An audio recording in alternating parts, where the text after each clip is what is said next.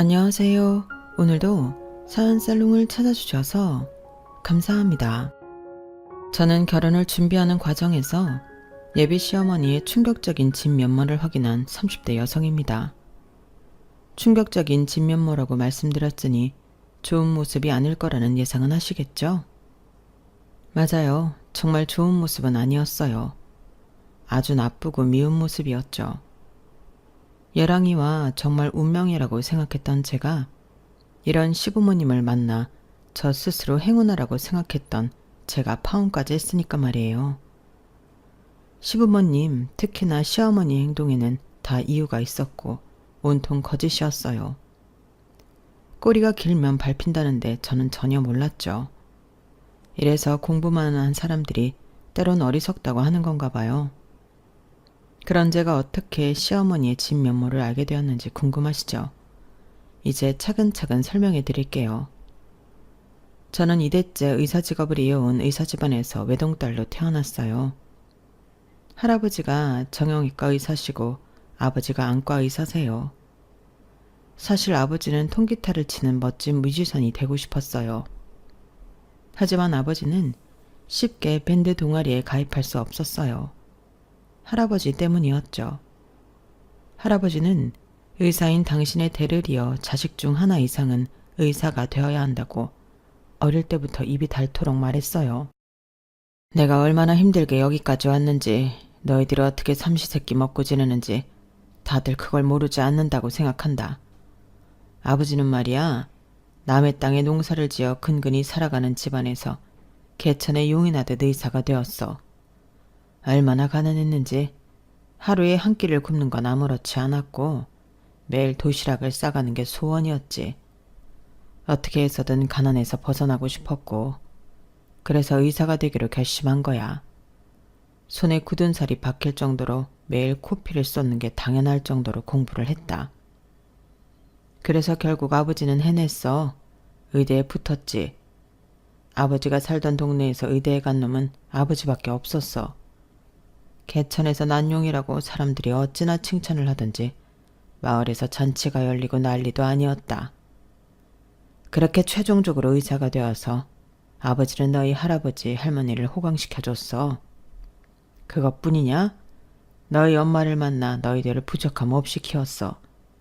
이제 아버지의 소원은 그것 하나야. 너희 5남매 중에 의사가 하나 나오는 것. 둘이어도 좋고 셋이어도 좋다. 하지만 하나는 꼭 나와야 돼. 내가 그렇게 만들 거다.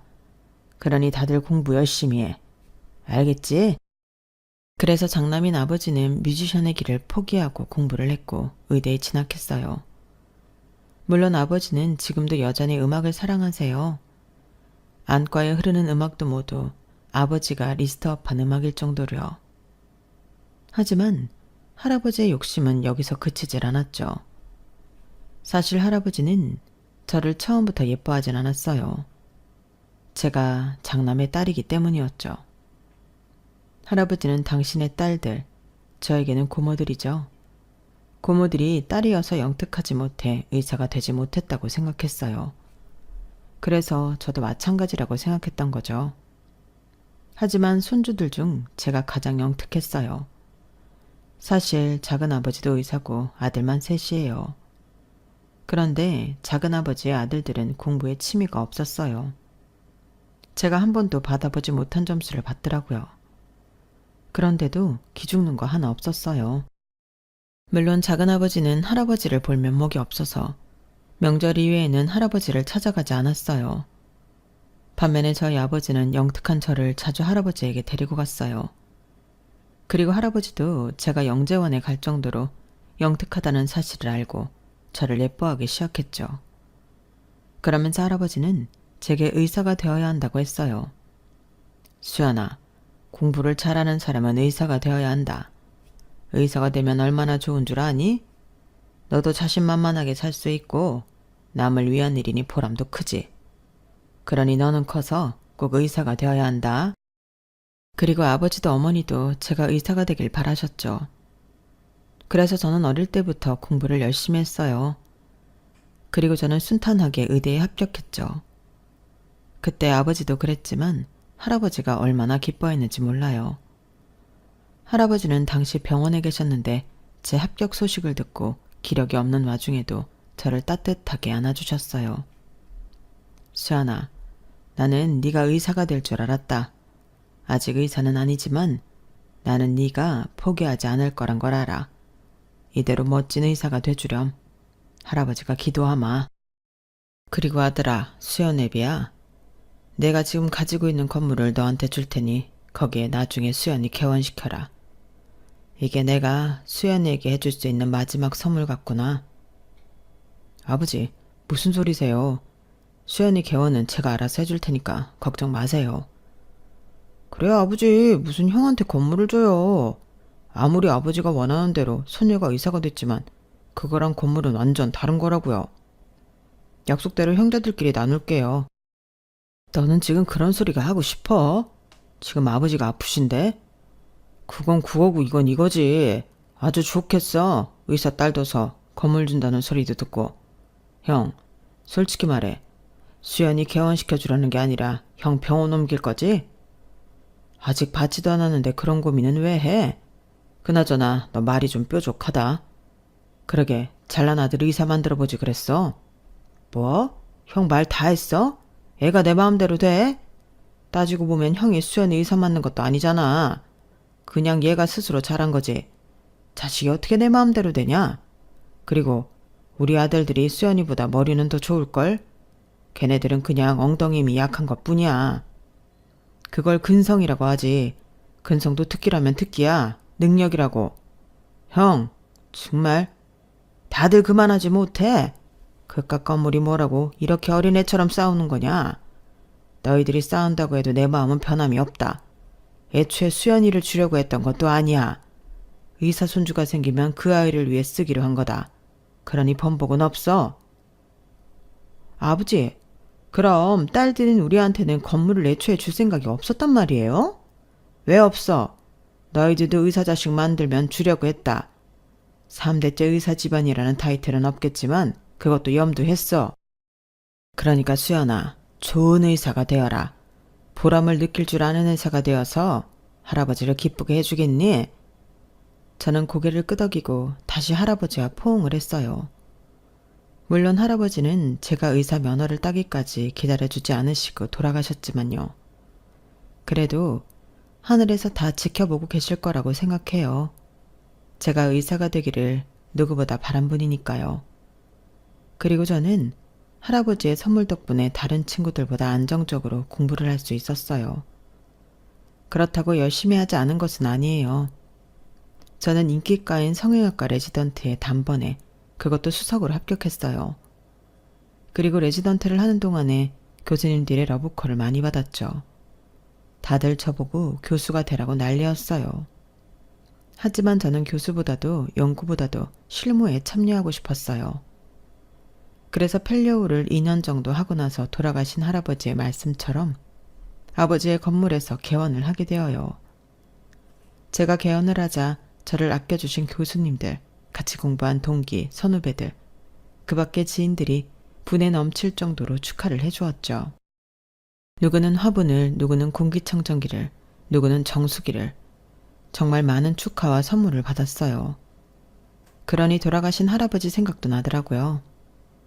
제가 이렇게 멋지게 개원한 모습을 보고 돌아가셨더라면 좋았을 텐데 하고요. 그래서 저는 다짐했어요.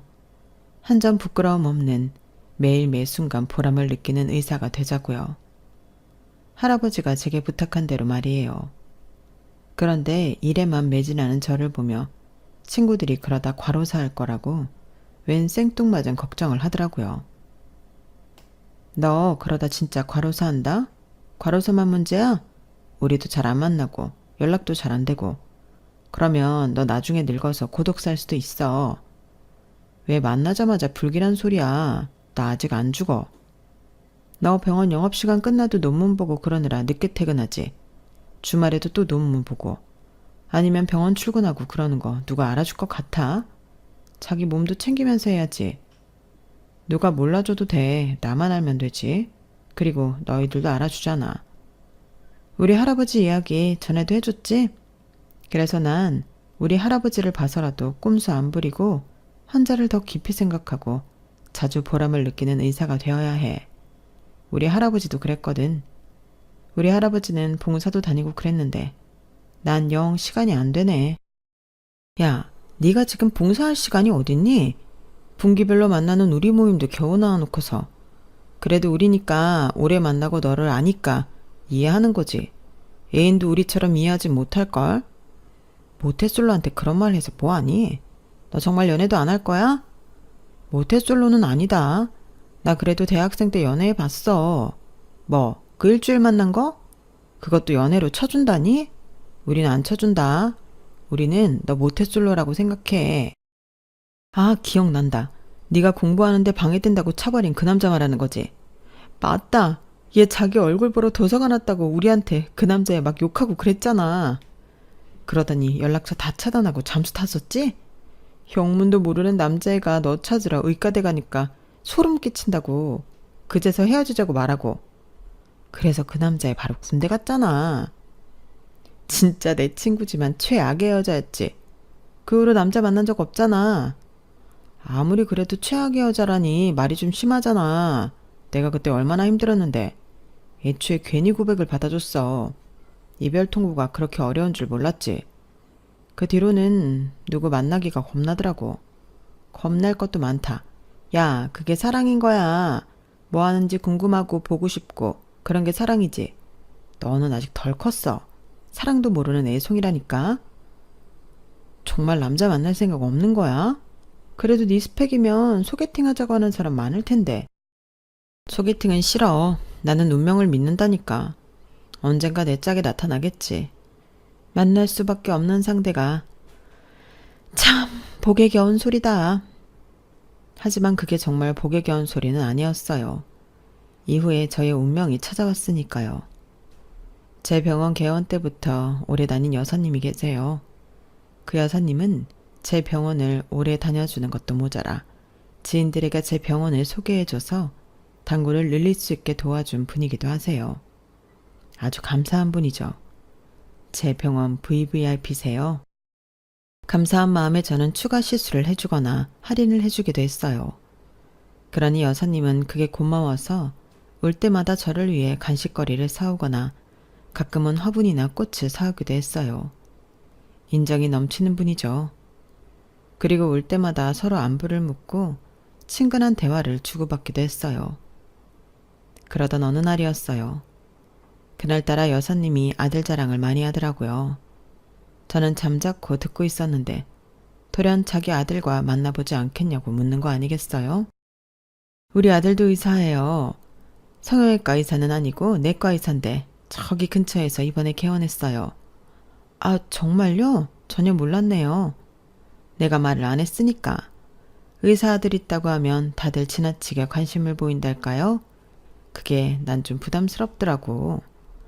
네, 그러실 수 있죠. 우리 아들은 어릴 때부터 공부를 잘했어요. 영재원까지 갔는데 얘가 자유로운 영혼이라 적응을 잘 못하더라고요. 뭐 그렇다고 우리 아들이 문제가 있는 건 아니고 정말 자유로운 영혼이라 그래요. 저도 영재원 나왔는데 어디 영재원이에요? 그 큰 대형 서점 사거리에 있는 영재원이었어요. 어머, 저도 거기 나왔는데 만났을 수도 있었겠네요. 그래요? 이런 우연이 다 있네. 우리 아들은 초등학교 4학년까지만 다녔어요. 그런데 우리 아들이 의사 선생님보다 나이가 많아서 마주치지 못했을 거예요. 아, 그러시구나. 의사 선생님 나이가 어떻게 됐죠? 저 올해 36이에요. 어머, 우리 아들이랑 2살 차이네. 딱 좋다. 2살이면 딱 좋지. 안 그래요? 아, 네, 그렇죠. 우리 아들이 또 내 말을 얼마나 잘 들어주고 다정하다고요. 원래 엄마한테 잘하는 애들이 와이프한테도 잘한다니까?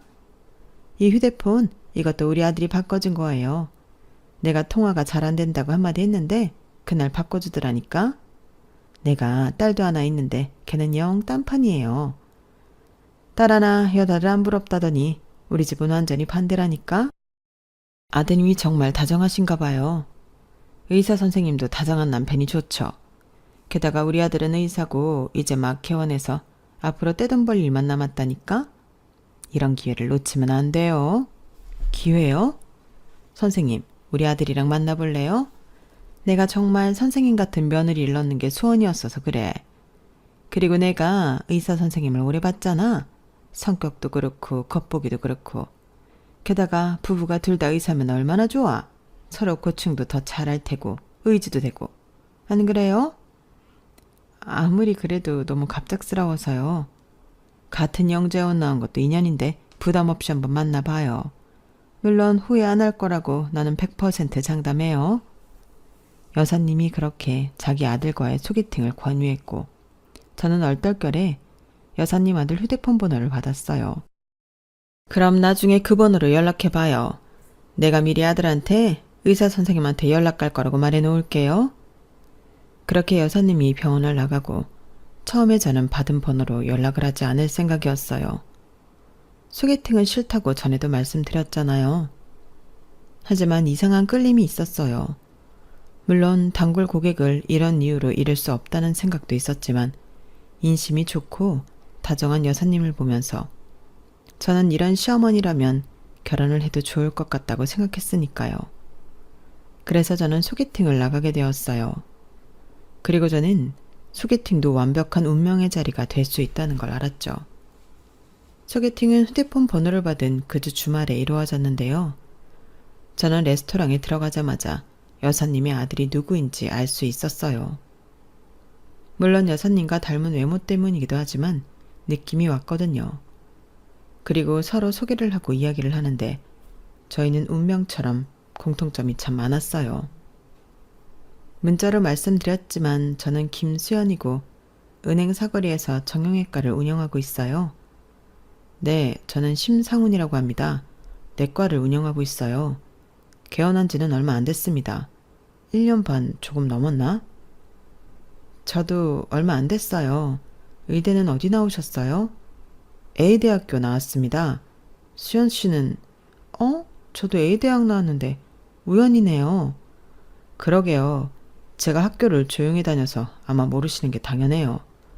저도 마찬가지인데요, 뭘. 공부만 했거든요. 그럼 인턴은 어디서 하셨어요? 저는 A대학병원에서 인턴했어요. 와, 정말 신기하다. 저도 거기서 인턴했어요. 그런데 그땐 왜 못 뵀죠? 제가 인턴하고 다른 병원으로 레지던트 갔어요. 제가 존경하는 교수님이 기업원에 계셔서요. 그래서 아마 만나지는 못했을 거예요. 아, 그러셨구나. 그런데 요새 많이 바쁘시죠? 개원 초에는 이래저래 할 일이 많잖아요. 그래서 저는 친구들한테 엄청 욕먹었어요. 얼굴도 안 보여줄 거냐면서 저희 부모님 얼굴도 겨우 보는데 웃기죠? 좋은 친구들을 두셨네요. 대학 동기들이에요? 아니면 고등학교 친구? 중학교 친구들이에요. 제가 A 여자중학교 나왔거든요. 정말 우연이네요. 저는 S 남자고등학교 나왔어요. 아시죠? A 여자중학교 바로 옆에 있는 고등학교요. 정말요? 정말 엄청난 우연이네요. 저희 우연이 참 많네요. 그러게요. 운명이라고 불러도 될 것 같아요. 그것뿐 아니라 여사님 아들과 저는 가장 좋아하는 영화라든지 좋아하는 음악 장르라든지 입맛이나 심지어 원하는 신혼여행지까지 같았어요. 정말 여사님 아들의 말대로 운명이라고 해도 무방했죠. 그렇게 저희는 운명 같은 첫 만남이 끝나고 자연스럽게 사귀게 되었어요. 이제 소개팅도 운명이 된다는 제 말이 믿겨지시나요? 그리고 저는 여사님에게 직접 이 사실을 알리기 위해 여사님의 예약 날짜까지 손꼽아 기다렸어요. 여사님은 예약 날짜에 풀이 죽은 표정으로 내원했어요. 의사 선생님 죄송해요. 우리 아들이 최근에 연애를 시작한 모양이에요. 내가 그것도 모르고 많이 불편했죠? 아, 정말요? 아드님 정말 좋은 분 같던데. 정말 미안해요. 선생님 같은 여자가 또 어디 있다고. 그런데 그거 좋아해요. 아드님 저 만나러 계속 나간 거예요. 네? 정말요? 정말 의사 선생님하고 사귀는 사이가 된 거예요? 네. 알고 보니 대학 동문회 같은 병원에서 인턴도 하고 좋아하는 영화도 입맛도 그리고 부끄럽지만 신혼여행으로 어디 가고 싶은지도 같더라고요. 여사님 덕분에 제가 귀한 인연을 만났어요. 어머나, 나 어쩜 좋아. 나는 그런 줄도 모르고. 제가 상훈 씨한테 말하지 말라고 했어요. 여사님 깜짝 놀라게 해드리고 싶어서요. 제가 그렇게 말하며 환하게 웃자 여사님은 얼굴을 가리고 울기 시작했어요. 제가 놀라 여사님에게 다가가자 여사님은 좋아서 우는 거라고 고맙다고 제게 말했어요. 나는 정말 의사 선생님 같은 며느리를 원했어요. 우리 아들 주제에 맞는 며느리, 살뜰하고 나랑 딸처럼 지낼 수 있는 며느리. 아직 결혼한 건 아니지만 내가 우리 집안 사람처럼 대할게요. 정말 고마워요. 저는 그런 소리를 들으니 마음이 뿌듯했어요. 그리고 이후 저는 여사님과 남자친구와 좋은 관계를 이어갔어요. 다들 왜 연애를 하는지 알겠더라고요. 세상이 행복으로 가득 찬 기분이었어요. 일에 치여 힘들어도 힘든 것 같지 않았고요. 왜 이제껏 연애를 피했나 싶더라고요. 하지만 그것도 다 운명을 만나기 위한 발바둥이었겠죠. 그리고 저는 여사님과 더 두터운 관계를 이어갔는데 친구들은 너무 오버하는 거라고 부담스럽다고 여사님을 욕했지만 저는 그런 여사님의 태도와 행동이 귀엽게 느껴지고 좋았어요. 여사님이 어떻게 했냐고요? 여사님은 연애 초반부터 대놓고 결혼에 대해 이야기했어요. 언제는 점집에서 저와 남자친구의 사주를 봐왔다면서 결혼 날짜는 올해 가을이 좋겠다고 했죠. 수연아, 내가 너랑 우리 아들 사주를 봤는데 너희 궁합이 찰떡궁합이라지 뭐니? 하늘이 두 쪽 나도 갈라질 일이 없댄다. 얼마나 좋은 일이니?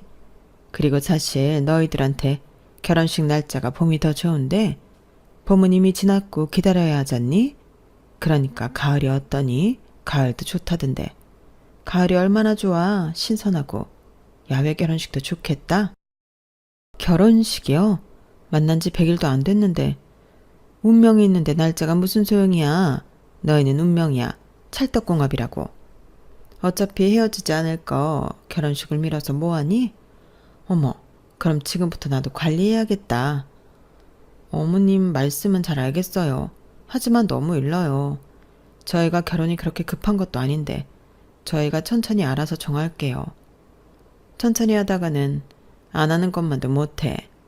둘이 마음이 맞을 때 버려야지. 아직 점심 안 먹었지? 오늘은 제육볶음이다. 어머님은 매일 점심마다 제 도시락 싸서 오시면 안 귀찮으세요? 우리 며느리 점심 챙겨주는데 귀찮은 게 뭐 있어. 나는 행복해. 네 점심 만들어서 같이 먹는다는 게 얼마나 행복한데? 아, 정말 맛있을 것 같아요, 어머님. 최고. 여사님은 저와 남자친구의 결혼을 무조건적으로 찬성했고 지지도 했어요. 그리고 매일 점심마다 저를 위해 도시락을 싸우셨고 늘 함께 먹고 갔죠. 저는 그게 너무 감동이었어요. 그리고 더 큰 감동이 있었어요. 그해 제 생일날이었어요. 저희 집은 사실 챙이를 챙기진 않아요. 저희 아버지는 의사, 저희 어머니는 고등학교 수학교사로 모두 이과생이세요. 그래서 실용적이고 생산적인 걸 좋아하고 지나친 의미부여를 싫어했죠. 그래서 생일을 챙긴 적이 없어요. 돌 때 이후로 없었죠. 그런 제가 처음으로 생일날 미역국을 먹었어요. 제 생일을 어떻게 알았는지 그날 도시락으로 여사님이 미역국을 싸우셨더라고요. 아주 따뜻하게 보온병에 넣어서요. 게다가 반찬은 소고기 장조림에 잘 익은 김치, 잡채, 계란말이. 정말 따뜻하고 감동적인 한상이었어요. 그리고 여사님의 지휘 아래 같이 일하시는 간호사분들이 제 케이크를 들고 진료실로 들어왔어요. 축하 노래를 듣고 초에 불을 끄는데 눈물이 나더라고요. 물론 친구들도 저에게 생일 축하를 해준 적이 있지만 그것도 여사님이 해준 것은 달랐어요. 저를 가족이라고 생각하는 분이니까요. 제가 울자 여사님과 동시에 간호사들도 당황했지만 모두 저를 안아주며 토닥여주더군요. 저는 너무 감동했어요. 그리고 결혼을 결심했어요. 결혼을 하겠다고 말하니 예비 시부모님은 저를 저녁 식사에 초대했어요. 그리고 제 가족에 대해 물었죠. 그럼 우리 수연이 부모님은 뭐 하시니? 저희 아버지는 의사세요. 그리고 어머니는 고등학교 수학교사로 계셨고요. 퇴직하시고 집에 계셨다가 최근에 같이 근무하던 수학 선생님이란 수학학원 차리셨어요. 아버지가 의사라고? 네, 저희 아버지도 의사고 돌아가신 저희 할아버지도 의사셨어요. 저희 할아버지 소원이 자식이 의사가 되는 거였고, 그리고 다음엔 손주 중 하나가 의사가 되는 거였는데 제가 할아버지 소원을 이뤄드렸죠. 어머, 기특해라. 그럼 3대째 의사 집안인 거네. 게다가 우리 아들까지 하면 그냥 의사 집안이네. 너희 부모님이 참 좋아하겠다. 그러실 것 같아요. 저희 아버지한테도 상훈 씨가 자랑일 거예요. 그래, 그렇겠지. 우리 아들이 자랑이겠지. 아직 모르시니? 물어보지 않으셔서 말씀드리진 않았어요. 얘는 그런 건 자랑을 해야지. 아빠는 좋겠네, 의사 사이 생겨서. 이렇게 말이야. 그래, 우리가 얼마나 힘들게 상훈이를 키웠다고. 너희 시아버지가 공장장이었지만 그래도 아들 하나 의대 보내는데 돈이 좀 드니? 너희 부모님도 우리 고충을 알 거다. 안 먹고 안 입고 아껴서 보낸 거 아니겠니? 그런데 수연이는 고정 수입이 어느 정도 되니? 그래도 월세 내고 이러면 많이 남지는 않지? 저는 월세 안 내요. 아버지 건물에서 개원한 거라 월세는 따로 안 내요. 관리비 정도만 내서 괜찮아요. 뭐? 아버지 건물이라고 그게? 네, 저희 할아버지가 저 개원시켜주라고 아버지한테 상속한 건물이에요. 그럼 아버지는? 아버지도 개인 병원 한다며? 그 건물도 설마? 그 건물은 저희 외할머니 건물이에요. 그래서 아버지도 따로 월세 안 내세요. 그럼 외할머니는 너희 어머니한테 상속한대? 아마 그러실 것 같은데 아직 정정하세요. 아직도 매일 아침에 산책 나가시는데요. 그래, 이래야지. 이게 맞는 거지. 네? 아니, 우리 아들이 드디어 제 짝을 만났구나 싶어서.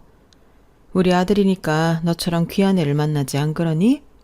내가 우리 아들 뼈 빠지게 키운 보람이 있어. 그러면서 시어머니가 시누이가 깎은 복숭아를 제 입에 넣어주었어요. 그리고 시누이가 칼을 내려놓고 핀잔을 줬죠. 엄마 아빠는 좋겠네. 그렇게 분수에 맞춰서 살라더니 엄마 아빠 분수에 맞는 며느리 둬서 앞으로 꼭 길만 있겠어? 너는 말을 왜 그렇게 가시도치게 하니? 듣는 새언니 기분 나쁘겠다. 그럼 엄마 말이 틀렸어? 사람이 분수에 맞춰 살아야지. 너는 복숭아나 깎아. 시누이가 궁시렁거리며 마저 복숭아를 깎았고 저는 불편한 기분이 들었지만 그냥 넘어갔어요. 그리고 저는 결혼 준비를 시작했고 결혼 준비는 대부분 시어머니와 함께 했어요. 얘랑은 개원한 지 얼마 되지 않아 저보다 시간이 더 없었거든요. 그래서 시어머니는 매일 병원으로 저를 찾아왔고 함께 결혼 준비를 했어요. 그리고 그날이 왔어요. 시어머니와 예물을 보러 가기로 한 날이요. 그날은 처음부터 뭔가 이상했어요. 시어머니가 진료실로 들어오자마자 도장이 있냐고 묻더라고요. 아가야, 지금 도장 있니? 네, 도장이야 있죠. 왜요? 그럼 이 서류에 도장 찍어라. 이건 혼인신고서잖아요. 그래, 우리 아들 건 우리 아들이 작성한 거야. 너희들 바빠서 시간 없잖아. 이런 건 빨리빨리 해치워야 한단다. 그러니까 너도 빨리 작성해서 도장 찍고 오늘 나랑 가서 서류 내고 오자꾸나. 네?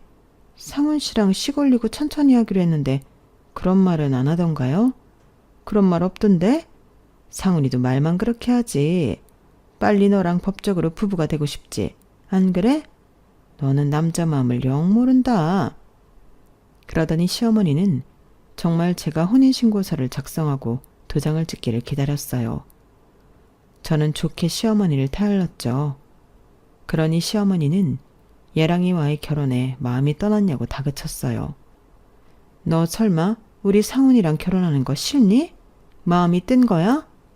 아니요, 어머님. 제가 왜 그러겠어요. 저희 상견례도 다 했고 그럴 리 없잖아요. 다만 저는 이런 문제는 상훈 씨랑 둘이 상의하고 싶을 뿐이에요. 내가 껴서 기분 나쁘다는 소리니? 너 그렇게 안 봤는데 말을 서운하게 하는구나.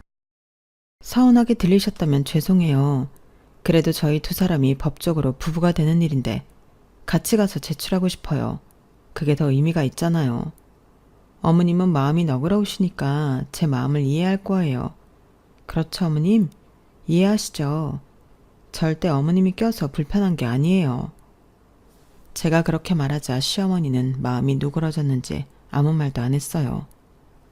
그리고 저희는 예물을 보러 갔죠. 그런데 시어머니가 생전 묻지도 않던 저희 부모님 안부를 묻더라고요. 사돈 어른들은 잘 계시니? 병원이랑 학원은 문제 없고? 네, 아버지 병원에는 사람이 늘 많아요. 왜 어머님도 그전부터 저희 아버지 안과 아셨다고 했잖아요. 다니기도 하셨고요. 저희 아버지 연세는 있으시지만 아직 열정이 넘치셔서 계속 하실 것 같아요. 어머니도 마찬가지고요. 그 사이에 학원생이 더 늘었다던데요. 저희 어머니가 가르치시는 데에는 재주가 뛰어나세요. 어릴 때 수학은 어머니한테 배웠다니까요. 그렇구나. 앞으로 더 벌 수 있어서 부럽구나. 우리는 이제 너도 알다시피 너희 시아버지가 일을 그만두셨잖니. 아무래도 공장장까지 하셨는데 현장직으로 적응하기 힘들죠. 저는 아버님 마음이 충분히 이해가 되어요. 그래도 6개월 동안은 열심히 하셨잖아요. 다른 인연이 있을 거예요. 그걸 언제까지 기다리니? 그리고 너희 시아버지 이제 다 늙었어. 늙어서 몸 쓰는 일은 영 아니야. 그렇다고 머리 쓰는 일은 써주질 않을 거고. 그래서 내가 걱정이 이만저만이 아니야. 그러시겠어요. 그래도 노후 준비하셔야 하는데. 그래서 그런데 너희가 우리한테 용돈을 줄 수 없겠니? 네? 많이는 바라지 않으마. 한 달에 200만 원? 300만 원 안에서 너희가 용돈만 주면 그래도 우리가 숨통이 트일 텐데. 아니, 빈말이 아니라 사돈 어른들은 아쉬울 게 없잖아. 그러니 나눠줄 거 한꺼번에 준다고 생각하고. 그건 제가 나중에 상훈 씨랑 상의해 볼게요. 그래. 그리고 네 병원 있는 건물은 언제 네 명의가 되는 거니? 사돈 어른 돌아가시면? 참, 기약이 없구나. 내가 혜택을 받을 수 있을런지 모르겠네. 네? 아직 그런 이야기는 오고 가지 않았는데 아버지가 저한테 꼭 물려준다는 말도 안 했어요. 저는 이 정도면 충분해요. 솔직히 지금처럼 월세 안 내는 것만 해도 얼마나 큰 도움이고 복이에요. 이거면 충분하죠. 너는 의사까지 된 애가 그렇게 욕심이 없어서 어쩌니? 욕심도 재산이다. 그래도 나중에 그 건물이 네 명의가 되면 우리 소원이 미용실이나 하나 해주거라. 우리 소원이가 안 그래도 자기 오빠랑 비거당한다고 마음고생이 많은데 내가 그거라도 해줘야지. 아가씨 미용실이요? 아가씨가 가게 차리고 싶다고 했어요? 자기 가게 안 차리고 싶은 미용사가 어디 있니? 다들 돈이 없어서 못하는 거지. 그러니까 건물 네 명이 되면 꼭 해줘라. 그래도 내가 의사 사이 만들어줬는데 그 정도는 받을 수 있지 않겠어? 정말 그날따라 시어머니는 의도를 알 수 없는 말을 계속했고 저는 갸우뚱거리며 백화점까지 운전을 했어요. 백화점에 도착하자 시어머니는 익숙하게 입구로 들어갔어요. 저는 백화점과는 친하지 않아서 어색하게 시어머니를 따라갔죠. 그리고 시어머니가 거침없이 걸어가더니 한 주얼리 매장으로 들어갔어요. 평소에는 어디를 둘러보자고 소녀처럼 떠들던 시어머니였는데 그날은 거침이 없었죠. 직원이 시어머니를 보더니 놀란 표정을 지었어요. 그리고 시어머니는 직원에게 익숙하게 반말을 했죠. 오랜만이네? 요새 잘 나가는 게 뭐야? 저는 시어머니가 VVIP라도 되는 줄 알았어요. 직원은 어색하게 반지 쇼케이스로 가더니 이것저것을 보여줬죠. 참, 언제 와도 여긴 특별한 게 없다니까? 다른 것도 좀 보여줘. 시어머니는 제가 아는 모습과 전혀 달랐어요. 저는 가시방석에 앉은 듯이 마음이 불편했어요. 시어머니는 직원이 새로 가져온 반지들도 마음에 들지 않는 듯 콧방귀를 끼며 손사래를 쳤어요. 정말 발전이 없네. 이런 브랜드에서 일하는 거 부끄럽지도 않아? 다른 거 더 보여드릴게요. 됐고, 걔는 어딨어? 병가 내셨어요? 몸이 좀 안 좋으셔서. 몸이 안 좋긴 무슨, 나약해 빠져가지고. 그래서 이 험한 세상을 어떻게 살아가겠다는 건지. 걔 부모가 불쌍하다. 어머님, 여기 아시는 분이 있으세요? 아, 잘 아는 건 아니고 예전에 알던 사이였어. 우리 아가가 신경 쓸 애는 아니야. 아, 여기는 내 며느리 될 사람이야. 의사고. 개원했어. 꼭 전해. 어차피 나온 거 일일이 보고할 거잖아. 시어머니 말에 직원이 얼굴을 피했어요. 다 됐고 이제 다른 거 더 보여줘. 난 여기서 꼭 우리 며느리 반지 맞출 거니까. 디씨 해줄 거지? 그러면서 시어머니는 매장 군데군데 있는 쇼케이스를 들여다봤어요. 그리고 직원이 제게 다가왔죠. 저에게 의문의 종이를 건네더라고요. 그리고 의미심장한 말을 했어요. 제가 준 번호로 꼭 연락해 보세요. 저는 그날따라 분위기가 심상치 않던 시어머니의 눈치를 보며 백화점 밖으로 나갔어요. 그리고 그 번호로 전화를 걸었죠. 상대는 전화를 금방 받았어요. 그리고 간단하게 자신을 소개했죠. 안녕하세요. 저는 상훈 씨 전 애인 한지연이라고 합니다. 네? 상훈 씨 전 애인이요? 왜 저한테 전화를 하라고 하셨어요? 걱정 마세요. 미련이 있다거나 다시 재회를 하고 싶어서 그런 건 아니니까요. 저는 상훈 씨한테도 정이 떨어졌거든요. 그럼 저한테 전화를 하라고 한 이유가 뭔가요? 상훈 씨 어머니의 진짜 얼굴을 알려드리려고요. 진짜 얼굴이요? 상훈 씨 어머니는 악마예요. 저를 망가뜨렸고 제 일상을 엉망으로 만들었죠. 음해할 생각은 하지 마세요. 좋은 분이세요. 지금 그쪽 의사니까 좋은 분 행세를 하는 것뿐이에요. 지금부터 잘 들어보세요. 저기요. 저는 상훈 씨랑 6년을 교제했고 2년쯤 만났을 때 상훈 씨 부모님을 처음 만났어요. 그때부터 상훈 씨 어머니는 절 좋아하지 않았죠. 제가 백화점에서 물건이나 파는 여자라는 게 싫었던 모양이에요. 게다가 집안도 넉넉치 않아 절 미워했어요. 하지만 저희는 꿋꿋이 사랑했어요. 저희는 서로 힘든 시기를 같이 극복해가며 두터운 사랑을 했어요. 그리고 당연히 결혼까지 할 생각이었고 상훈 씨도 개원을 하면 결혼을 하자고 했죠. 물론 그동안에도 상훈 씨 부모님이 저를 탐탁치 않게 생각했지만 한때라고 생각했어요. 자식 이기는 부모 없다잖아요. 그래서 저는 매주 상훈 씨 부모님을 찾아가 밥도 해드리고 과일도 깎아드리고 비위도 맞추고 그랬어요. 그리고 마침내 상훈 씨가 개원을 하게 됐어요. 개원을 하고 저희는 결혼 준비를 시작했고 겹경사로 아이까지 생겼어요. 아이요? 정말이에요? 네, 상훈 씨 아이를 임신했어요. 저희는 이렇게까지 했는데 반대하실 리 없다고 생각했어요. 찾아가 말씀드렸죠. 하지만 반대하더군요. 대놓고 아이를 지으라고 말했어요. 저 같은 여자한테 귀한 우리 핏줄을 넘길 수 없다고까지 했고요. 그럼에도 저희는 결혼을 할 생각이었어요. 예식장도 다 알아봤고 웨딩드레스도 맞췄죠. 그런데 매일, 정말 매일 상훈 씨 어머니가 매장으로 찾아와 깽판을 부렸어요. 주얼리가 뒤엉켜 엉망이 되고 제 머리카락을 뜯기고 발로 걷어차이고 결국엔 스트레스로 하혈까지 했어요. 설마 아이가 잘못되었나요? 아니요. 아이는 무사했어요. 하지만 수도 없이 저를 욕하고 비난하고 결국 저희 부모님한테까지 가서 깽판을 치는 걸 보니 무얼 위해 여기까지 왔나 싶더라고요. 그래서 상훈 씨 어머니가 원하는 대로 반강제로 잘못된 선택을 했죠. 상훈 씨 어머니가 지켜보는 앞에서 진행되었어요. 믿겨지시나요? 전 결코 그 선택을 원하지 않았어요. 상훈 씨도 동의했어요. 나쁜 자식이 사인을 했더군요. 그래놓고 연락도 받지 않았어요. 그렇게 헤어졌어요. 이게 정말 사실인가요? 더한 사실은 그로 인해 제가 평생 불임이 되었다는 거예요. 이게 사람 인생을 망친 거지 뭔가요? 그 사람들은 살인자예요. 아닌가요? 거린이 절대 그 집안 사람과 가족이 되지 마세요. 아마 그쪽에게 접근한 것도 의도적일 거예요. 의도적이라고요? 지금 그 매장에 간 것도 저를 엿먹이라고 하는 거라고요. 아니, 의도적인 접근이라니 무슨 말이에요? 상훈 씨가 저랑 만날 때부터 의사며느리 노래를 불렀어요. 그리고 자기가 자주 가는 성형외과 의사가 애인이 없는 것 같다고 다리를 놔줄 생각이라고 그랬다고요.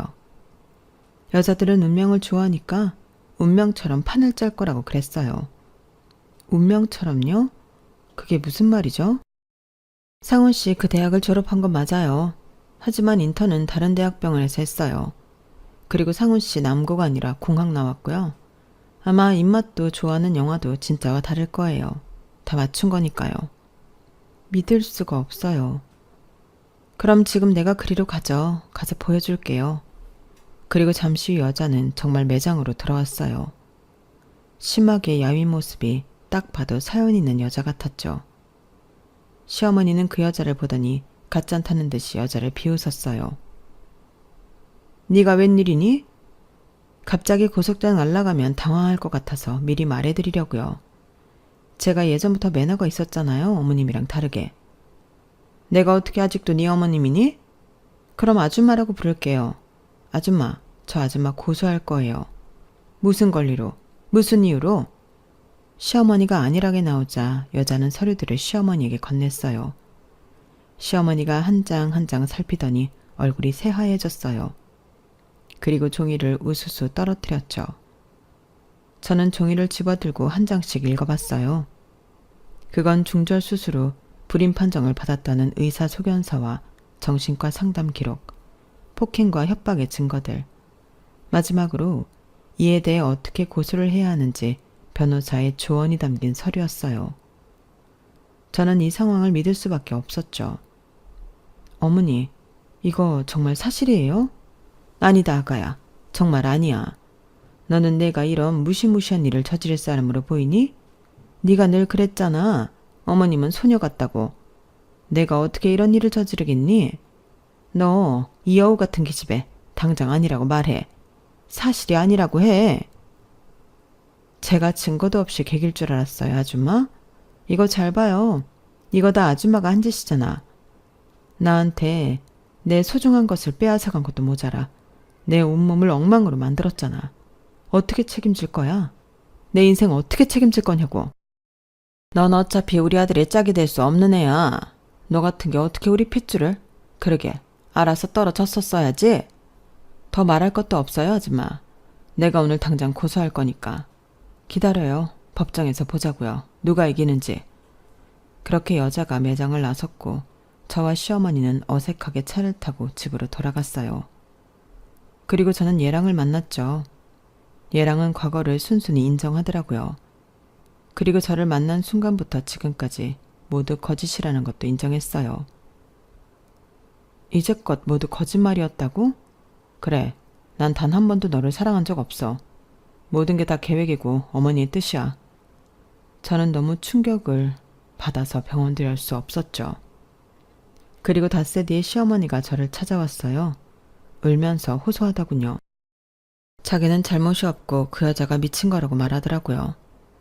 그 애는 지금 미쳤어. 아니, 원래부터 제정신이 아니었어. 정말 고소를 했다니까? 아가야, 나 좀 도와줘라. 너 아는 변호사 없니? 있지? 너 정말 이대로 내가 감옥 가게 할 거야? 저는 듣다 화가 나서 소리를 빽 질렀어요. 제가 험한 소리를 낸 건 그때가 처음이어서 시어머니가 화들짝 놀라 딸꾹질까지 하더라고요. 저는 최대한 진정하고 계속 딸꾹질을 하는 시어머니를 쳐다봤어요. 그리고 차분하게 말했죠. 어머님, 죄를 지으셨으면 달게 받아야죠. 아는 변호사요? 많고 많아요. 그 중에 유능한 변호사, 모래사장에 모래알 만큼 많아요. 그런데 제가 왜 어머님을 도와드려야 하죠? 저는 이제 어머니의 진짜 얼굴을 확인했어요.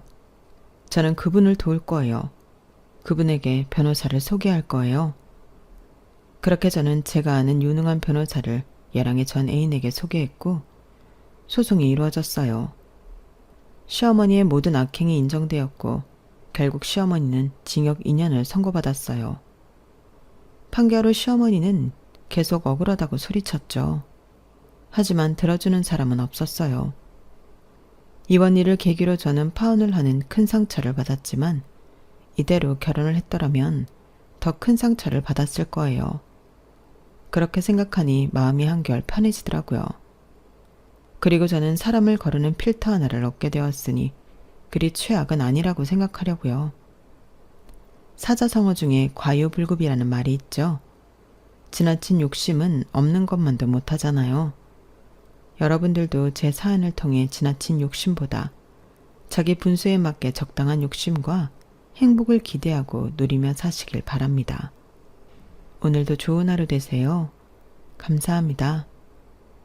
여러분, 사연 댓글에 응원과 현명한 조언 부탁드려요. 좋아요와 구독은 저에게 큰 힘이 됩니다. 오늘도 좋은 일 가득하세요.